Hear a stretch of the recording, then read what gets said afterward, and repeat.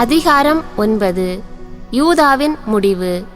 நிக்கானாரும் அவனது படையும் போரில் வீழ்ச்சியுற்றதை தெமேத்திரியு கேள்வியுற்ற போது பாக்கீதையும் ஆல்கிமையும் யூதேய நாட்டுக்கு 2ஆம் முறையாக தன் வலப்படை பிரிவோடு அனுப்பினான்.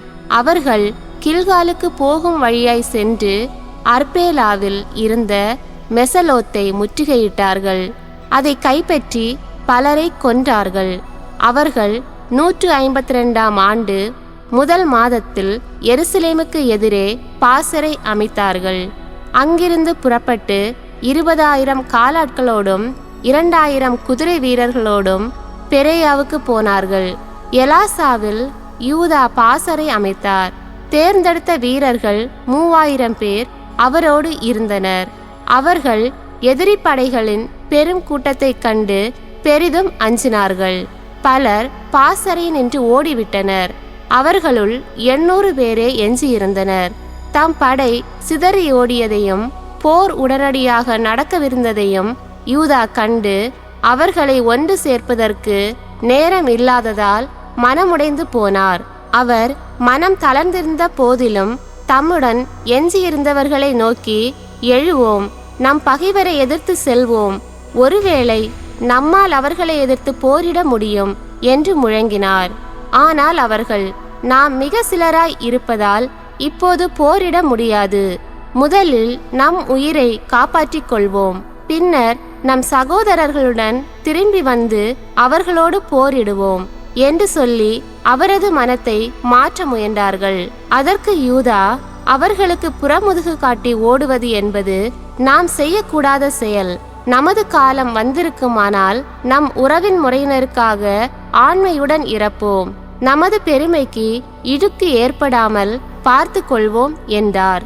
பாக்கீதின் படையினர் பாசறையை விட்டு புறப்பட்டு தாக்குதலுக்கு ஆயத்தமாக நின்றார்கள். குதிரை வீரர்கள் 2 பிரிவுகளாக பிரிந்தார்கள். கவனறிவோரும் வில்லாளரும் படைக்கு முன் சென்றார்கள். அவ்வாறே முன்னணி வீரர்கள் எல்லாரும் சென்றார்கள். பாக்கீது வலப்படை பிரிவில் இருந்தான். குதிரைப்படையின் 2 பிரிவுகளுக்கு நடுவே காலாட்படை முன்னேறி சென்றது.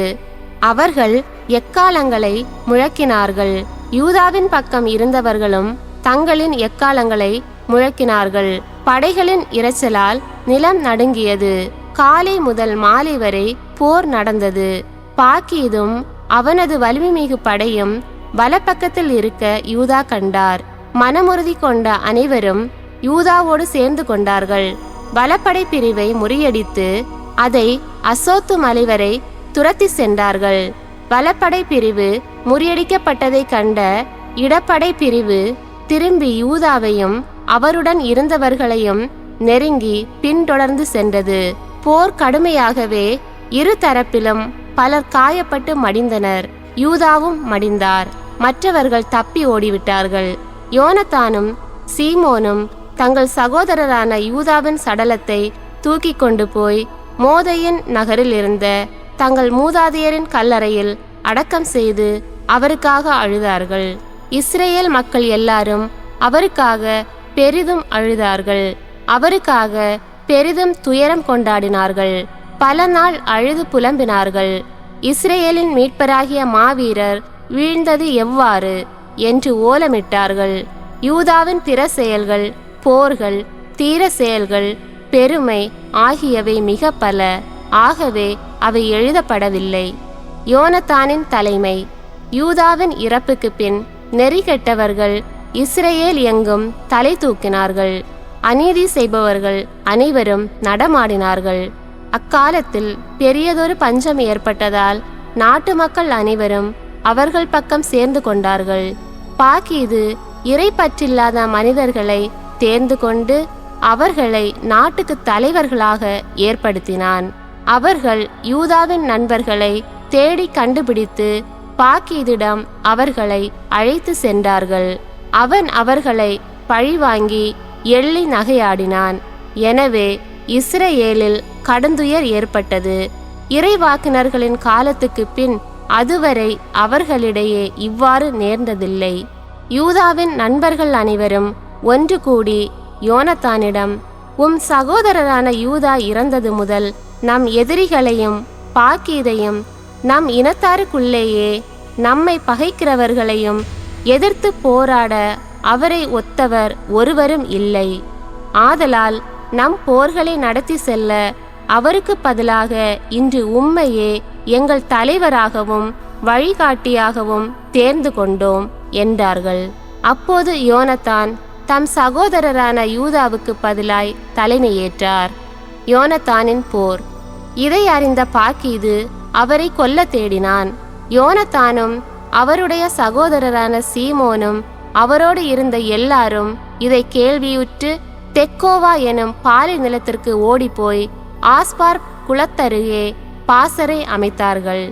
இதை ஓய்வு நாளில் அறிய வந்த பாக்கீது தன் படைகள் அனைத்துடன் யோர்தானை கடந்தான்.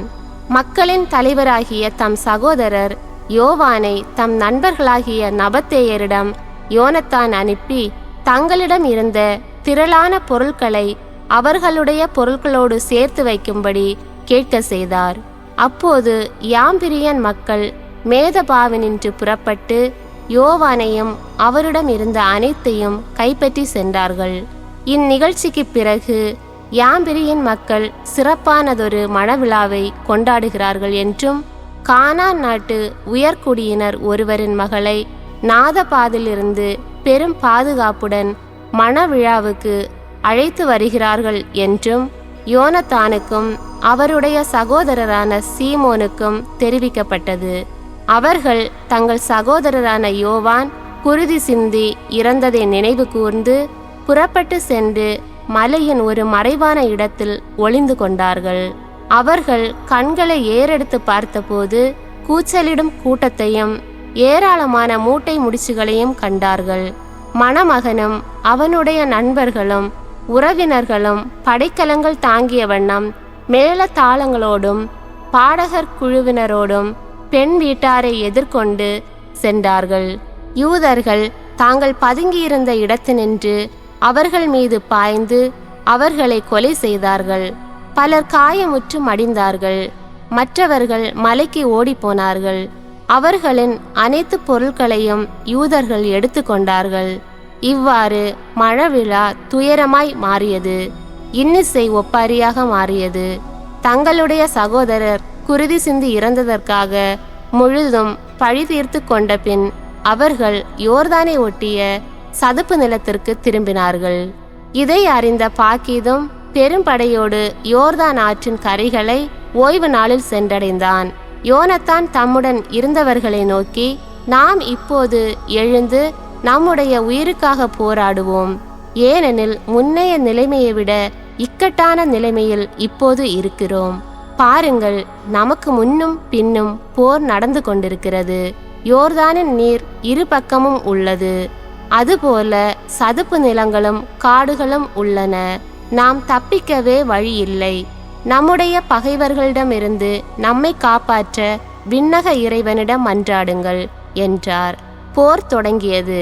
பாக்கீதை தாக்க யோனத்தான் கையை ஓங்கினார். ஆனால் அவன் தப்பி பின்னடைந்தான். யோனத்தானும் அவரோடு இருந்தவர்களும் யோர்தானில் குதித்து அக்கறைக்கு நீந்தி சென்றார்கள். ஆனால் பகைவர்கள் யோர்தானை கடந்து அவர்களை எதிர்த்து வரவில்லை. அன்று பாக்கீதின் படையில் 1000 பேர் மடிந்தனர். பாக்கீது எருசலேம் திரும்பினான். யூதேயாவில் அரண்சூழ் நகர்களை கட்டினான். எரிகோ, எம்மாவு, பெத்கோரான், பெத்தேல், தம்னாத்தா, பாரத்தோன், தெபோன் ஆகிய நகரங்களில் கோட்டைகளை கட்டி எழுப்பி உயர்ந்த மதில்களையும் கதவுகளையும் தாழ்பாள்களையும் கொண்டு அவற்றை வலுப்படுத்தினான். இஸ்ரேலுக்கு தொல்லை கொடுக்க அந்நகரங்களில் காவற்படையை நிறுவினான். பெத்சூர், கசாரா ஆகிய நகரங்களையும் எருசலேம் கோட்டையையும் வலுப்படுத்தி போர் வீரர்களை அங்கு நிறுத்தி உணவுப் பொருட்களை சேமித்து வைத்தான். நாட்டு தலைவர்களின் மைந்தர்களை பிணை கைதிகளாக்கி அவர்களை எருசலேம் கோட்டையில் காவலில் வைத்தான். 153ஆம் ஆண்டு 2ஆம் மாதம் ஆல்கியம் திருவிடத்தின் உள்முற்றத்து மதில்களை இடித்து தள்ள கட்டளையிட்டான். இவ்வாறு இறைவாக்கினர்களின் வேலைப்பாடுகளை தகர்த்தெறிய திட்டமிட்டான். அவ்வாறே தகர்த்தெறிய தொடங்கினான். தொடங்கிய அந்நேரத்திலேயே ஆல்ஹிம் நோயால் தாக்கப்பட்டான். அவனுடைய வேலைகள் தடைப்பட்டன. அவனது வாய் அடைபட்டது. பக்கவாதத்தால் தாக்குண்டான். அவனால் ஒன்றும் பேச முடியவில்லை. தன் குடும்ப காரியங்களை கூட கவனிக்க முடியவில்லை. இச்சூழலில் ஆல்ஹிம் மிகுந்த துன்பத்துக்கு உள்ளாகி இறந்தான். அவன் இறந்ததை பாக்கீது அறிந்து தெமேத்திரியு மன்னனிடம் திரும்பினான். யூதேய நாட்டில் 2 ஆண்டு காலம் அமைதி நிலவியது. நெறிகெட்டவர்கள் அனைவரும் சூழ்ச்சி செய்து யோனத்தானும் அவனோடு இருக்கிறவர்களும் அமைதியோடும் பாதுகாப்போடும் வாழ்கிறார்கள்.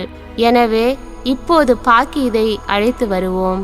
அவர் ஒரே இரவில் அவர்கள் எல்லாரையும் சிறைப்பிடிப்பார் என்று சொல்லிக் கொண்டார்கள். உடனே அவர்கள் பாக்கீதிடம் சென்று கலந்து ஆலோசித்தார்கள். அவன் பெரும்படையோடு புறப்பட்டான். யோனத்தானையும் அவரோடு இருந்தவர்களையும் கைது செய்யும்படி யூதேயாவில் இருந்த தன் கூட்டாளிகள் அனைவருக்கும் இரகசியமாக மடல் அனுப்பினான். ஆனால் அவர்களால் முடியவில்லை. ஏனெனில் அவர்களின் சூழ்ச்சி வெளியாகிவிட்டது. இந்த சூழ்ச்சிக்கு காரணமாய் இருந்த நாட்டு தலைவர்களுள் 50 பேரை யோனத்தானின் ஆட்கள் பிடித்து கொலை செய்தார்கள். பிறகு யோனத்தானும் சீமோனும் அவர்களுடைய ஆட்களும் பாலை நிலத்திலிருந்த பெத்பாசிக்கு சென்று இடிபட்ட அதன் பகுதிகளை கட்டி நகரை வலுப்படுத்தினார்கள். பாக்கீது இதை அறிந்ததும் தன் படை முழுவதையும் கூட்டினான். யூதேயாவில் இருந்தவர்களுக்கு இதை பற்றி செய்தி அனுப்பினான். பிறகு புறப்பட்டு பெத்பாசிக்கு எதிரே பாசறை அமைத்தான். படைப்பொறிகள் செய்தான். பல நாள் அதை எதிர்த்து போர் புரிந்தான். யோனத்தான் தம் சகோதரரான சீமோனை நகரில் விட்டுவிட்டு நாட்டுக்குள் சிறிய படையோடு சென்றார். ஒதோமேராவையும் அவனுடைய உறவினர்களையும் பாசிரோன் மக்களையும் அவர்களுடைய கூடாரங்களில் வெட்டி வீழ்த்தினார். பிறகு தம் வீரர்களோடு முன்னேறி சென்று அவர்களை தாக்கத் தொடங்கினார். சீமோனும் அவரோடு இருந்தவர்களும் நகரிலிருந்து வெளியே வந்து படைக்கலங்களுக்கு தீ வைத்தார்கள். பாக்கீதை எதிர்த்து போரிட்டு அவனை முறியடித்தார்கள். மிகுந்த துன்பத்துக்கு அவனை உட்படுத்தினார்கள். இதனால் அவனுடைய சூழ்ச்சியும் படையெடுப்பும் பயனற்று போயின. ஆகவே அந்நாட்டுக்கு வரும்படி தனக்கு ஆலோசனை கூறியிருந்த நெறிகெட்டவர்கள் மீது பாக்கீது கடும் சீற்றம் கொண்டு அவர்களுள் பலரை கொன்றான். தானும் தன் நாட்டுக்கு திரும்பி போக முடிவு செய்தான். இதை அறிந்த யோனத்தான் பாக்கீதுடன் சமாதானம் செய்வதற்கும் கைதிகளை அவன் தம்மிடம் ஒப்படைப்பதற்கும் தூதர்களை அனுப்பினார். பாக்கீது அதற்கு இசைந்து அவரது சொற்படியே செய்தான். தன் வாழ்நாள் முழுவதும் அவருக்கு தீங்கிழைக்க முயல்வதில்லை என்று ஆணையிட்டான். தான் யூதேய நாட்டிலிருந்து முன்பு சிறைப்படுத்தியவர்களை அவரிடம் ஒப்படைத்தான். தன் நாட்டுக்கு திரும்பி வந்த பின் யூதர்களின் எல்லைக்குள் அவன் கால் வைக்கவே இல்லை. இவ்வாறு இஸ்ரேலில் போரின்றி அமைதி நிலவியது. யோனத்தான் மிக்மாசில் குடியேறி மக்களுக்கு நீதி வழங்க தொடங்கினார். இறை பற்றில்லாதவர்களை இஸ்ரேலிலிருந்து அழித்தொழித்தார்.